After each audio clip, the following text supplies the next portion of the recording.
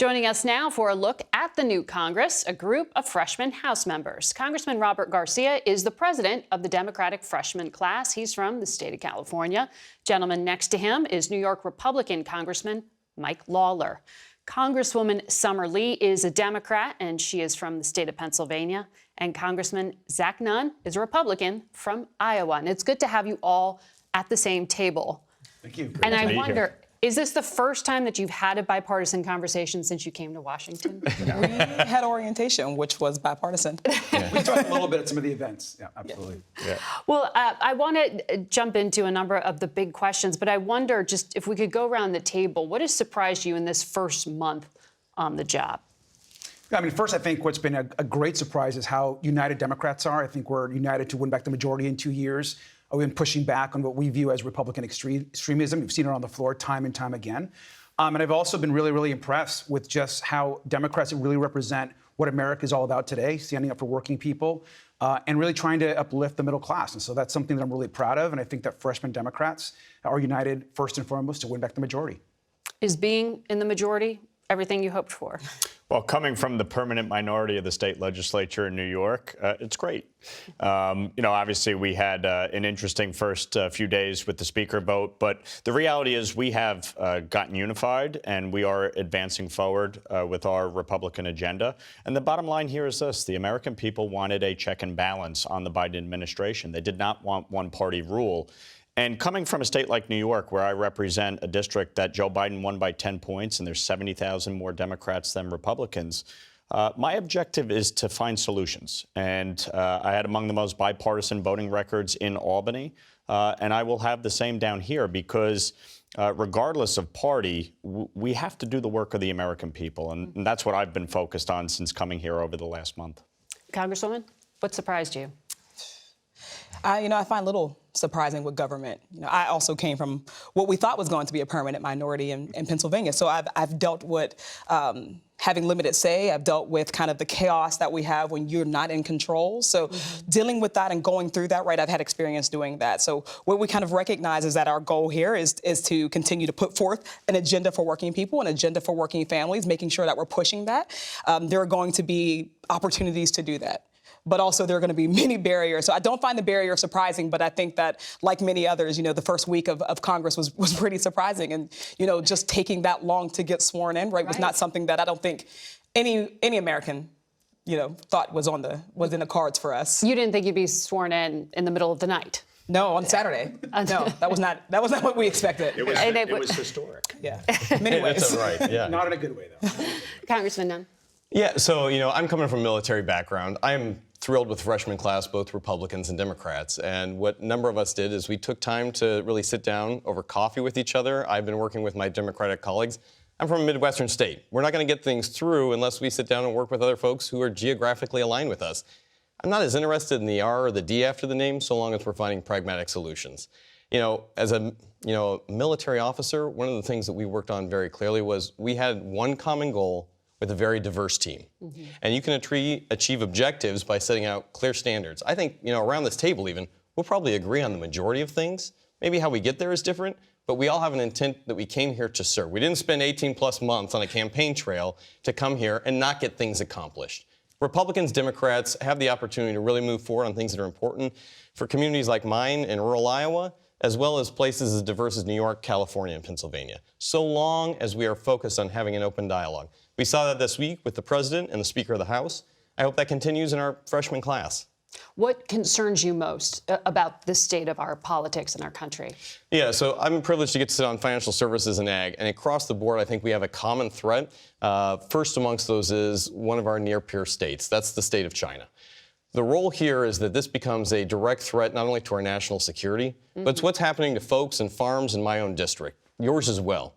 We have an opportunity here to really stand up with a clear policy measure that China can be an ally to the United States and offer them an on-ramp to be successful, or we can start finding ways to make sure that we hold them accountable now so we're not playing catch-up like Ukraine a year later. Are you talking about ownership of farmland? Absolutely. Ownership of farmland, ownership of intellectual property, the theft of what's coming out of the United States. as well as what China is doing behind the scenes to really threaten even our local populations. The extreme spread of fentanyl, it's pouring across our borders. It's a direct threat to my community and ours across the area. And then also a China that remains unchecked, one that is looking at investing on U.S. dollars that are taking money out of our economy and then putting it back into growing not only the People's Liberation Army, but really a counterweight to where the United States economy can be. Congressman, you talked about Republican extremism. Does that sound like extremism to you? Listen, I think that there's going to be some things we all agree on, but at the end of the day, you got to look at the agenda and what Republicans and Speaker McCarthy have put forward in just this first couple of weeks of the Congress. Congressman Lee and I both serve on the Oversight Committee.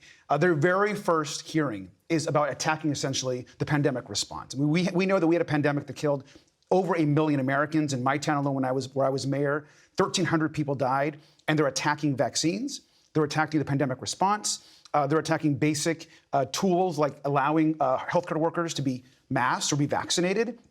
That is extreme. That is not coming together and supporting the country. And so when you start attacking the pandemic, when you start attacking the women's ability to make decisions about her own body as it relates to abortion care and access, when you're expanding the opportunity for gas and drilling on federal lands, that's been the initial opening salvo of the Republican Party in the Congress. And so I think as freshmen, we're trying to push back on that. And so I appreciate the kind of spirit of working together.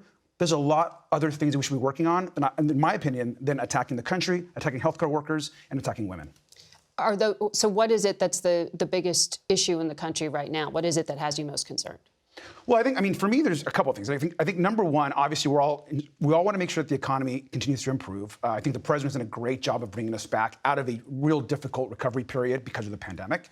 We're all focused on that. But there's other big issues like immigration. As an immigrant myself, there are 11 million people in this country that deserve a pathway to citizenship or deserve some type of opportunity to gain citizenship. That's an area where I would hope that Republicans can come to the table to work on. We have an ability to also work to uplift the working people in this country, ensure that we're not just providing tax cuts to billionaires and millionaires, but actually providing tax relief to small working families. So I'm hopeful that Republicans will get on board with some of those agenda items. You sound like you're on the campaign trail. You were put on the Oversight Committee. You were as well, by Leader Jeffries. Why do you think he selected the two of you for that particular committee, which seems like it is a place where we're going to see a lot of political fights rather than legislation? Well, I mean, it's a committee that is, about oversight, right? It's one of the least legislative committees, right? It's not there for us to see bills advance. It's there for us to do accountability. It's there for us to oversee the government, to make sure that it's accountable to American people. So I think that Leader Jeffries put folks like me and Robert Garcia on this committee because we need people who are going to continue to redirect the conversation back to what American people actually sent us here to accomplish, making sure that we are redirecting us and making sure that we are being very careful with taxpayer dollars with the investigations that we do, right? Are we going to spend time investigating a Biden's laptop, or are we going to spend time making sure that we're holding corporations accountable in the middle of a pandemic, right, where we see unprecedented price gouging and we're seeing folks who are hit at every level from every angle, right, who are trying to make way and trying to make by. So I think that we're there because we need fighters. We need people who are going to speak truth to power, and we need people who are going to not just go with the flow, right, just not going to let our country be led down a pathway of ridiculousness, to be quite frank, but instead redirecting to make sure that we are thinking about American people every single day in their best interest. So you just had the very first hearing on that committee, and it was about COVID, but pandemic federal funding and wasteful spending. Do you think that was a waste of time? I think that it was a disingenuous attack.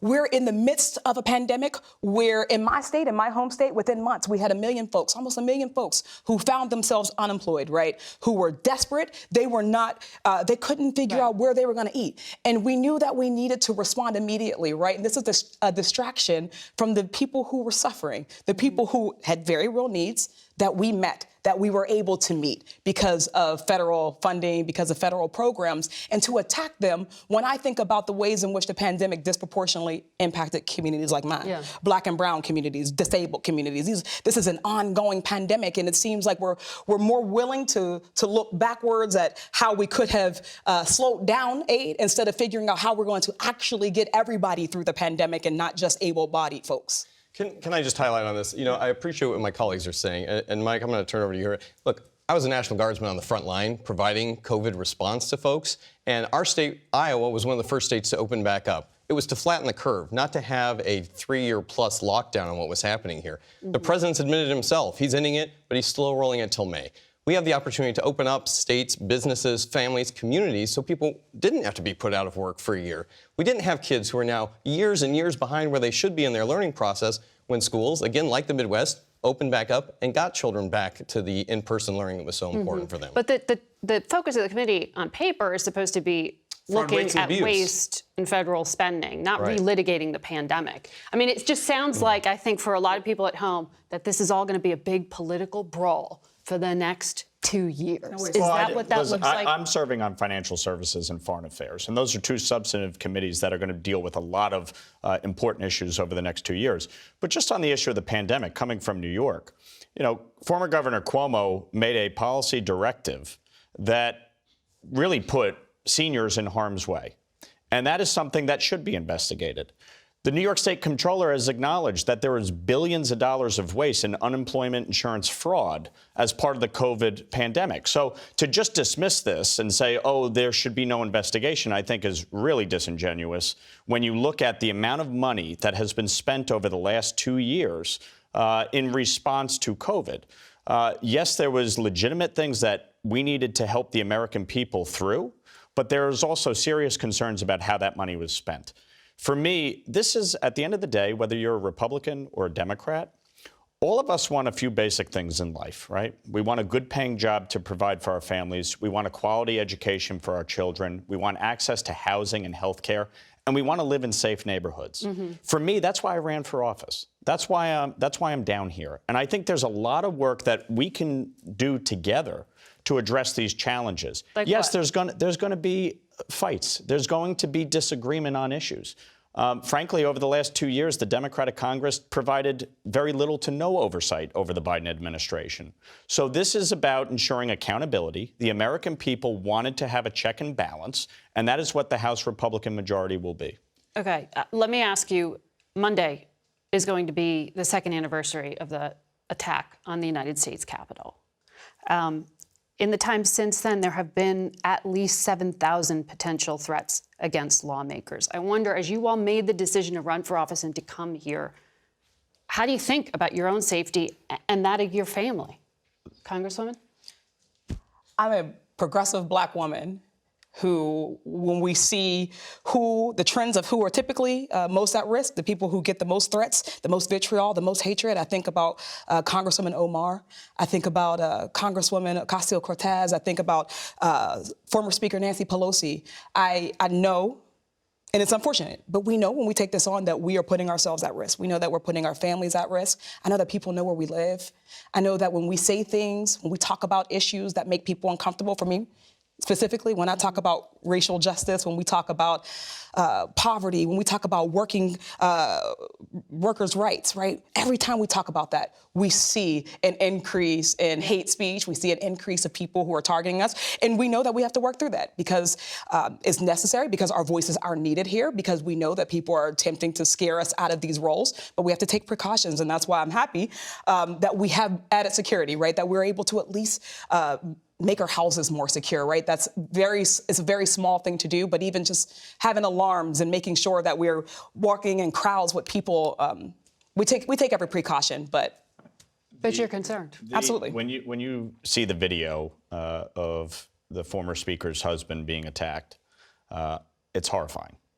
And when you think about your own family, and the fact that they are subjected to this vitriol, to this hatred, I think it is deeply concerning. And so I think all of us, as elected officials, have an obligation when debating these issues, when talking about them, to really do so in a civilized manner, because it provokes people on all sides.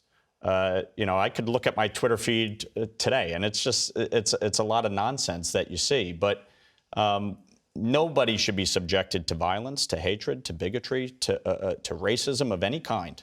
And the fact that the former speaker's husband, who you would have thought they would have had the most security out of anybody, could be subjected to that type of attack it has no place in our country. But to get back to your question, I mean, I think everyone here is right. And we all renounce hatred and we renounce violence, but we also have to go back to what you mentioned about the Capitol attack as well. And we have still in this Congress members, particularly on the other side, that are unwilling to renounce the insurrection, that are unwilling to renounce members within the Republican Party that are standing up and that are saying very violent things. Who are you thinking of? Well, I mean, I'll take someone like Representative Marjorie Taylor Greene, for example. I think the way that, in my opinion, and many others, the way that she incited violence, the way that she continues to defend those that attacked our government, that attacked our Capitol, the way that she continues to not support what the Capitol Police tried to do that day, and the way that she has treated other members of not just her caucus, but of course of the Democratic caucus, I think is unacceptable. I think it's shameful. I think that if you cannot stand up and say that what happened on January 6th was treason and was a tyranny against her own government and her own people, I don't think you should be in Congress. And she shouldn't be in Congress. So, Margaret, fair enough. I think we all at this table can agree that what happened on January 6th, truly a tragic day in history. We are also, I would offer, looking at this very much in an insular D.C. bubble. Look, I put my hand on the Bible, and I've flown operations with Russians firing missiles at us. We all put our name out there because we want to serve our country. The true challenge that I see is the violence that has spiked over the last 2 years across the country. And so in my home district, we had a shooting at a kid's school that killed 2 children. Mm-hmm. We had a teacher who tried to help rescue them. Look, these are situations we need to get to the root cause and with respect, not just talk about January 6th and how threatened we feel, but really how under siege our communities are. I want to talk to you all about crime, actually, in a few minutes. But to answer the question, you as a lawmaker, putting yourself and your family at risk in this environment, how did you come to peace with that? I mean, it's kind of incredible that you have to have this conversation right now. More than 7,000 threats against lawmakers. That doesn't come from nowhere. Last year, we had the highest number of deaths of law enforcement. I think there are a lot of brave men and women across the country who constantly are putting themselves on the front line. So we are all recognize the challenge, but I think it pales into comparison to what some of the brave heroes do every day. But we will come to crime, but on that question of you and your family. So we've got 4 little kiddos. We've got 2 foster kids. That the security measures to date, the funding that was just, for example, appropriated in the last Congress to help secure your families and put in the alarm systems and do things like that. You had to weigh that when you ran for office. Why was that worth that? I think there are a lot of things that anybody who's going to step into the public arena puts themselves out there. Both your public safety, your family's integrity, that of your community. And so we weigh all of those things going forward. It's not an easy choice. But at the end of the day, we do it because we are trying to help a better community. Whether you're serving on the front line in your community or in Congress, you've taken this sacrifice because you truly hope you can make a difference. But to be clear, it's unacceptable. We shouldn't be here where we are now. We shouldn't be in this environment. We're seeing our country. We're seeing a widening chasm, right? A widening chasm in this country. Disconnect and division.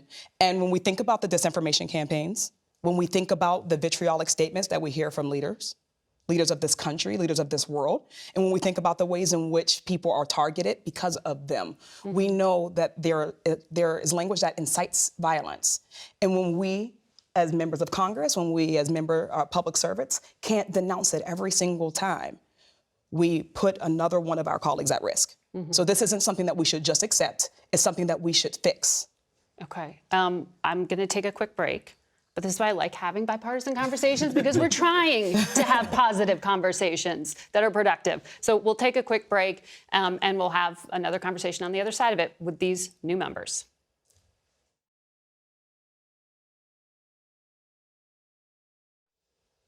And we're back now with our panel of new House members. I want to talk about some of the things you all think you can get done here in Washington. Congressman Lawler, the former Speaker Nancy Pelosi recently told the New York Times that Democrats could have held on to the House if New York politicians had realized earlier on that crime was such a key motivating issue. In the last Congress, they greenlit about $4 billion in grants for local law enforcement. Do you think that money now needs to be accompanied by some kind of reform, something more on crime? Well, I've said repeatedly in New York State specifically that cashless bail was one of the most dangerous policies enacted, because New York State is the only state in the country that does not have a dangerousness standard. So judges don't have discretion when it comes to holding somebody who may be a harm to society. And over 40% of those released on non-monetary bail for felony offenses have been rearrested since cashless bail took effect. So that law needs to be repealed. And much like New Jersey did, where they put cashless bail in effect, but they allowed judges to have discretion, that's what New York needs to do. But here in Washington? Here in Washington, there's a lot of bipartisan support, I think, for especially making sure that law enforcement has the resources they need and the training that they need to do their jobs effectively. I think, obviously, the situation in Memphis with Tyree Nichols is a horrifying example. When an individual is murdered and never should have happened. And those officers were rightly terminated and are being held accountable. They've been charged with his murder. And we will see, hopefully, swift justice there. But I think there's a lot of area where we can work together to address the rise in crime and why we are seeing such a rise across the country. Like what? How would you address that? Or what do you see the Republican platform on this issue being, if it's not police reform? Well, listen, Tim Scott has put forth a bill that the Democrats rejected last Congress. I think that's something that we should certainly reevaluate. But I think, again, you have to look at what are some of the root causes of why we're seeing such an increase in crime, gang activity. Obviously, you see the scourge of fentanyl pouring into our communities, drugs being dealt that are having a devastating impact. So I think there is a lot of area where we can work together to address these challenges. We need to make sure that people have housing, economic opportunity, education.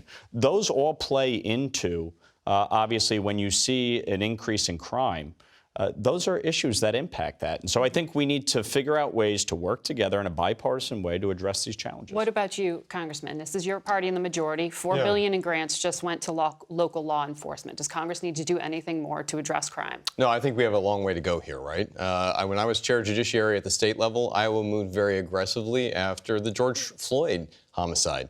We immediately said that we were going to allow our attorney general to investigate crimes directly so that we weren't waiting on county attorneys. We made sure that bad law enforcement officers couldn't be cycled through without some kind of a background check on them that were harming the good officers. We made sure that we made a direct investment in mental health across the state and made sure that our regional, both our urban but also our rural communities, had access to that. And ultimately, we also worked with our law enforcement to make sure that law enforcement had a better relationship with the community rather than one of conflict that exploded after the defund the police movement. I think that we've seen some really good success here. There's some tangible successes we've seen at state levels. Let's bring those up to the federal level and make sure they can work the same way. So you do want to see more legislation on? Yeah, I think there's absolutely more that needs to be done this. What doesn't need to be done are what I will call these fig leaf grants, the idea that we can just hire more minority officers in rural Iowa. That is a very challenging thing to do. We should be identifying, and we saw tragically, even in Memphis, that alone is not a silver bullet solution. We've really got to get to the effort of, good policing, but also recognizing when there is good law enforcement, we hold that up as a partner in a community. That's where this money could be going, and it needs to be accountable. I think far too much of this has gone to, some major metropolitan areas, which have seen actually crime spike in those neighborhoods. Congresswoman, you said it would be good to revive the George Floyd Policing Act, but we're so far past that right now, we really need to kind of escalate the conversation faster. What do you mean? What are you calling for? So let me be really clear. There is a proliferation of disinformation and bias in conversations about crime and conversations about policing. And to be very clear, police violence is crime. We cannot say that we care about crime, but then do nothing, choose to do nothing over and over and over when the crime is committed by a police officer. There are statistics that show that less than 2% of police officers who are engaged in a misconduct are ever indicted at all. And while we can all celebrate that 5 black police officers, right, and let it not escape us that it was only when they were black that there was swift action, and there was a 6th who was not black, and there was not swift action, that we can say that Tyree should be alive. So should Tatiana Jefferson. So should Antoine Rose II from my district. So should Mike Brown. So should Philando Castile. They should all be alive. So when we're talking about crime and we're talking about how we're going to solve it, when I say that we need to change the conversation, we need to acknowledge that Public safety does not begin with policing. Public safety begins with investments. It begins with addressing our own implicit and explicit biases in policymaking and education and appropriations. How are we ensuring that communities that are starved of resources are getting an equitable share of resources, that we're investing in schools, that we're investing in jobs that pay a living wage, that we're investing in wraparound services, healthcare, environmental justice, after-school programs, violence interrupters. Until we're willing to do all of those, then we're not having a serious conversation about crime. Instead, what we're doing is we're whistling. It's the dog whistle. And I want us to move beyond the dog whistle, because everybody says that we care about public safety. We have empirical data that tells us what we can do about public safety, about crime. We know that there's a correlation between poverty and crime, not race, not geography, not type of community you live in. Poverty and crime, but we're not addressing poverty. So when the president talks about reviving George Floyd Policing Act, you're saying not as it's currently written. You want more measures added in. Absolutely. I want us to be intentional at every step about addressing racial bias, about addressing poverty, about addressing crime, and about addressing police violence. But you would vote for it potentially. Potentially. If it were, but I want to make sure that what we're voting for is actually going to take intentional steps to move us forward, not just performative steps to say that we've done reform. So you hear all this. Police reform is dead on arrival in Congress? Well, it shouldn't be. I take myself. I was mayor of a city of 500,000 people before I got to Congress. At 800 members of our police department. And one thing you know, and it's true, I hope that we can all agree on, is that police reform and criminal justice reform is still necessary in this country. And we see over and over again that we have an issue with police, with systemic racism that still exists in institutions. And that includes our policing system, that includes our educational system, that includes healthcare. And so I think Representative Lee is absolutely right. Listen, I would vote for the George Floyd Policing Act if it was on the floor tomorrow, but more needs to be done. Additional steps It won't be put on the floor tomorrow under Republican leadership, absolutely. To be clear. And that's why I want to be clear also when our colleagues bring up that more should be done around this issue. Well, there is a bill, and that could be reintroduced and they could vote for. In addition to that, I think it's important that we focus on facts. The truth is that you look at a place like California or most of the country, we are actually safer today than we were 15, 20, or 30 years ago, statistically.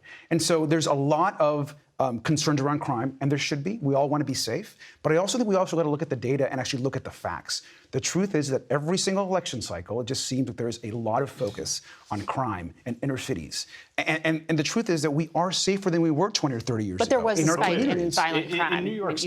In New York State in particular, the reason there was a focus on crime by voters is because they didn't feel safe. You had people being pushed in front of oncoming subway cars. You had people being stabbed in the street. By the way, the vast majority of victims of crime are black and brown people. So to act as though there's not a crime issue, I think is dismissing the fact that it is serious and people do not feel safe.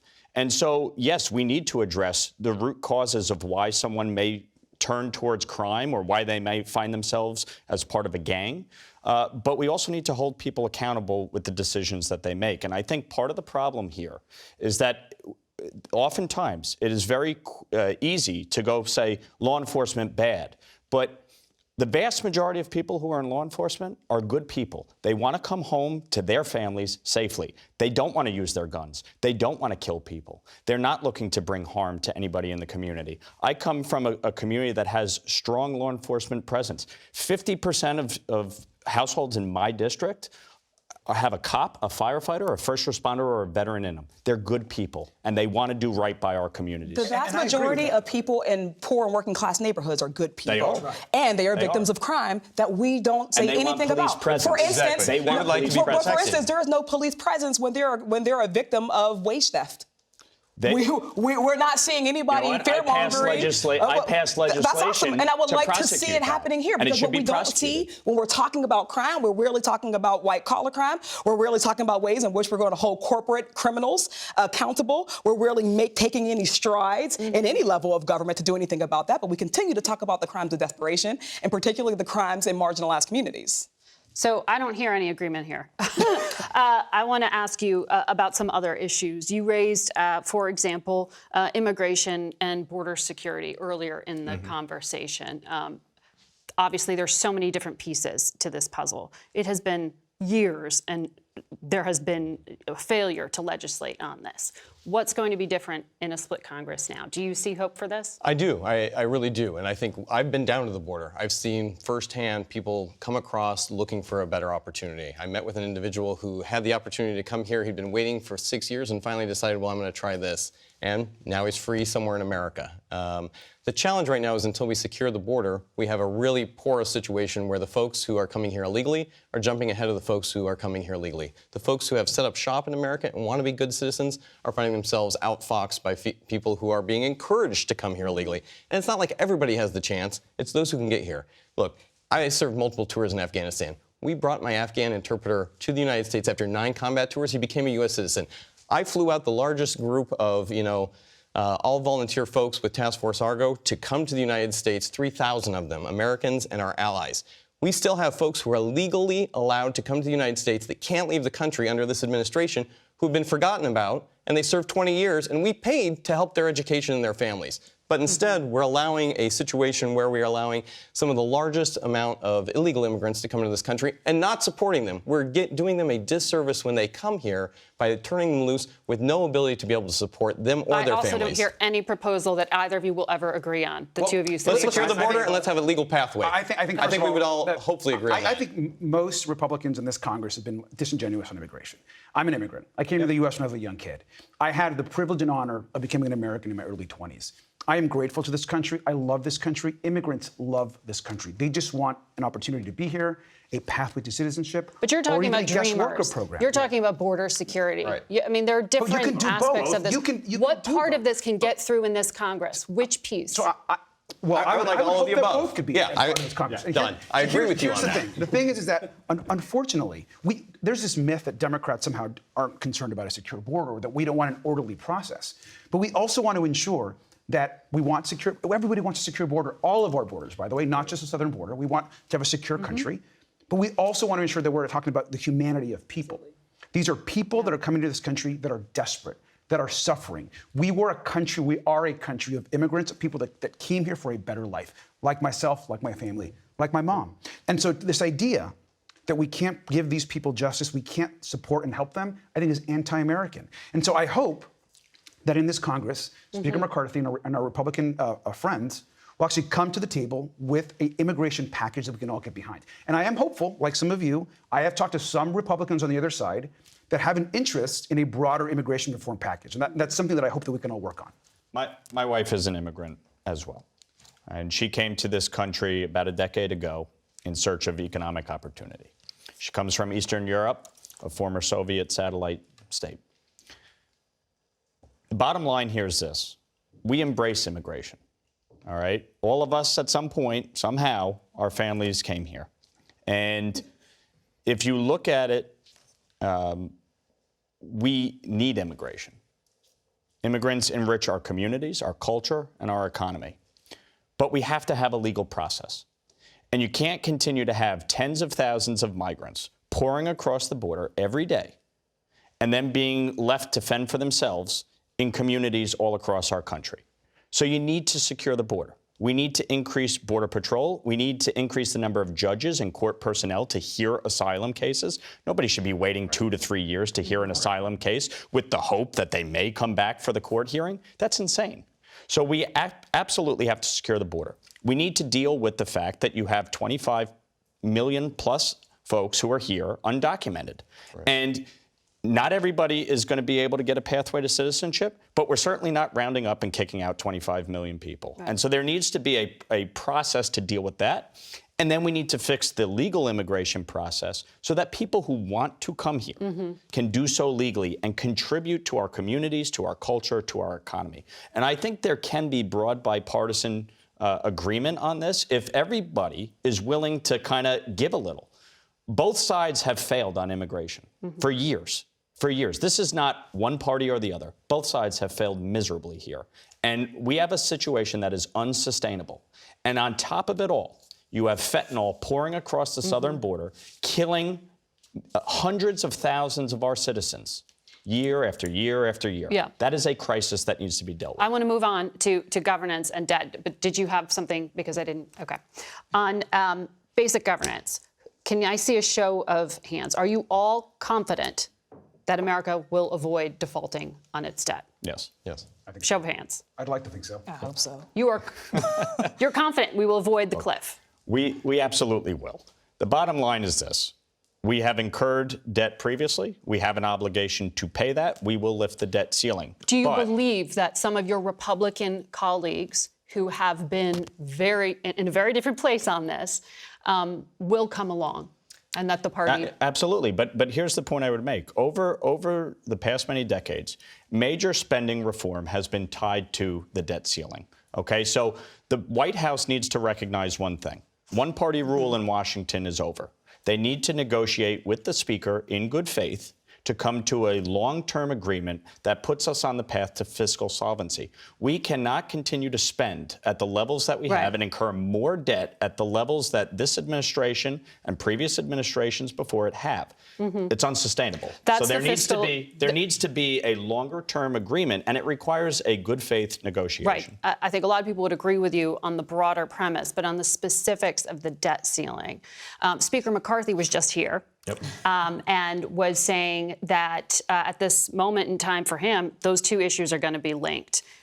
In the event that we are at that brink, if he is convinced to put a clean bill on the floor, in other words, you might be asked to vote with Democrats to lift it. Would you do so? 15 Republicans along with the rest of the Democrats. Look, I'm not going to get into the hypothetical. What I will say is this. The debt ceiling will be lifted. We will pay our debts that have been incurred, but we also have to get our fiscal house in order. And so the White House and the Speaker need to work together on this. But given the state you are from, I am sure that is a question that has been put to you. It has, by CEOs on down. Exactly. So and it's not a hypothetical far off at all. Hypothetical in the situation that you're presenting. But my point is, if everybody's working in good faith, both the president and the speaker, and everybody's being responsible and recognizing that going forward, we cannot continue to incur this level of debt, then we should be able to reach an agreement on this, no problem. And I think if people are being sincere about that, we will. That's the question. Why are you confident? Well, Margaret, I would be more confident if, when the Democrats respectively controlled all powers of government, they had the opportunity before passing $1 trillion budget and bouncing. You know, Mitch McConnell said in the Senate but it was a absolutely June issue. capable. This wasn't a unified Republican position. We've had 3 weeks on the calendar, and this is already your first question, our first month in office. So clearly, everyone was thinking about this prior to June. The other aspect of this is... This is a key issue that is also being raised. 100%, right. But this is no surprise to us. We've done this twice in the last 2 years. We've done it repeatedly throughout history without Republicans. But I just want to understand Margaret, that you think that you're being set up with the debt ceiling? No, I'm saying this could have been solved just a month ago if truly the Democrats wanted to do this. This is now a two-party conversation. It means the Senate's involved. It means the House is involved. It means the president should not say... The Senate has made clear this is a House issue. But it's not, right? It's an American issue. It will be, and they eventually. need to be part of this conversation as well. But I guess that's the question, is in this environment where it is so divided, right, including within your party, this is why we are talking about the potential of Republican reason to be proactive. Leadership not being able to get more agreement conservative within members. our party that we Please. need to get spending under control. Every single one of us ran on reining in government spending. The Biden administration increased spending by over $5 trillion in 2 years. Yeah. So to say that there's disagreement within the party, frankly, there's not. The issue ultimately will be for the White House and frankly, for Senator Schumer, who is from New York, to shirk his responsibility and say, well, let the House deal with this. No, come to the table, negotiate, work together, and let's come up with a bipartisan solution to address this. So in the way it's always been done in the past. So Social Security, health care, including Medicare, Medicaid, and then defense are the three biggest line items. Where do you cut? If you have to have this conversation, where do you cut? Defense. The reality is that we can't keep asking the same people to compromise over and over and over. And not to say that we don't need a secure country, not to say that we are just going to say, well, we should not have a budget for it, but we are to acknowledge that that budget has increased every year. It is the highest in history every time, but every year we're asking American people to decide between Medicare, Social Security, Pell Grant recipients. Are we going to tell first-generation college students who are attempting to break into a better life for themselves that there are no opportunities for them because we cannot fund a Pell Grant? Or are we going to go to people who are in the midst of a housing crisis and say that we can no longer fund housing grants for you from the federal government at your time of need, right? When we talk about these conversations, we have to humanize them. We have to be very clear what we are proposing to cut, who are going to be impacted by it, and then think through better ways than to just continue to hold American people hostage, to hold our budget hostage, and quite frankly, right, to continue to go back to the same people, particularly the most vulnerable and marginalized. By the way, let me say on this. Sorry, this is the hot issue. And there's a lot of discussion about spending and what we're spending money on. But let's also be very, very clear what happened. Well, I want you to answer the same question here. I'm happy to. But let's also talk about what my colleague just said. What we've actually been spending all this money on is actually getting our country back on track. We just went through the single largest loss of life event in the modern era of our country. We lost over 1 million Americans. We spent money trying to keep people alive. We spent money trying to keep businesses afloat. We spent money to ensure that people were housed, people that needed support. And so, yes, there was significant spending, but it was spending to respond to this incredible pandemic. So I have to be respectful and say, you're saying government's the solution for this. I'm saying states like Iowa that opened back up, people were the solution. We're in the business of government. So of course government is absolutely. So let's, with respect. As far as this unity amongst Republicans around the debt ceiling, the truth is there is no unity. The Democrats are united. We're not going to cut Social Security. We're not going to cut Medicare. And so I'm interested to know how we're going to get to this resolution, because we know that this issue, at the end of the day, impacts working people the most. So the discretionary spending you would cut is also in defense? Listen, I think first of all, if it was up to me, we'd be raising taxes on billionaires and corporations. That's how we'd be getting more support. But I think Representative Lee is right. I think we have to be able to look at an institution like the Pentagon. I manage the police department. And it is okay to look at areas and make cuts. And we know how large it was beyond the Pentagon budget. The budget for defense, by the way, was larger than the president even asked for in this. And Republicans and Democrats both voted for that. So let's be very clear here. If somebody is looking for an opportunity to go to college, they have the opportunity to serve in the military, and it will help pay for them to have the privilege of going to college. What I will not do is see members of the military who are on the front line defending our very opportunity to even go to college have their paychecks cut or their opportunity to defend themselves cut because of lackluster equipment. Well, the military is very... No, you just said Pell Grants versus military. No. Let's humanize it. Let's humanize. There's a difference between sending our troops somewhere defenseless and then looking at our defense budget. Right. Which is the highest of the next, 20 countries combined?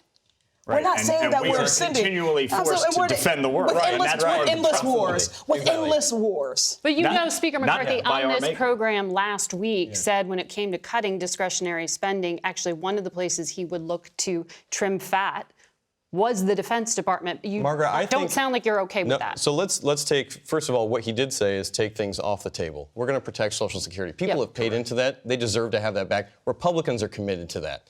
Let's take the Medicare that has gone out there to make sure that people have access to the health care they need to be successful off the table. When it comes to defense spending, what I just heard was cutting things across the board. If there's a review, everything should have the opportunity to be assessed. So you're on board. But overall, What? Yeah, I think we should be looking across the board. And I would also say, here's where we have been successable in a state like Iowa that has the number one growth rate, is that we don't spend more than we take in. But and every year we have spent... No, it's not about because cutting. she asked me, who are we cutting? How about we grow the economy to begin with? By taxing billionaires. We have not had a real budget process grow the economy. in a very long time. And you have to go line by line, and you need these departments and agencies to justify their spending. They have not had to do that in a very long time. We need a real budget process as part of this negotiation. Which takes time. We won't see the White House until March, and we got the debt ceiling date on the calendar. Well, then I guess we'll be June, working which is why we're talking about it That's right. on Face the Nation. So we're going to have to leave it there. Thank you all for coming in, and I want to thank each and every one of you for joining our panel. Thanks, Margaret. Thanks for having us. Thanks.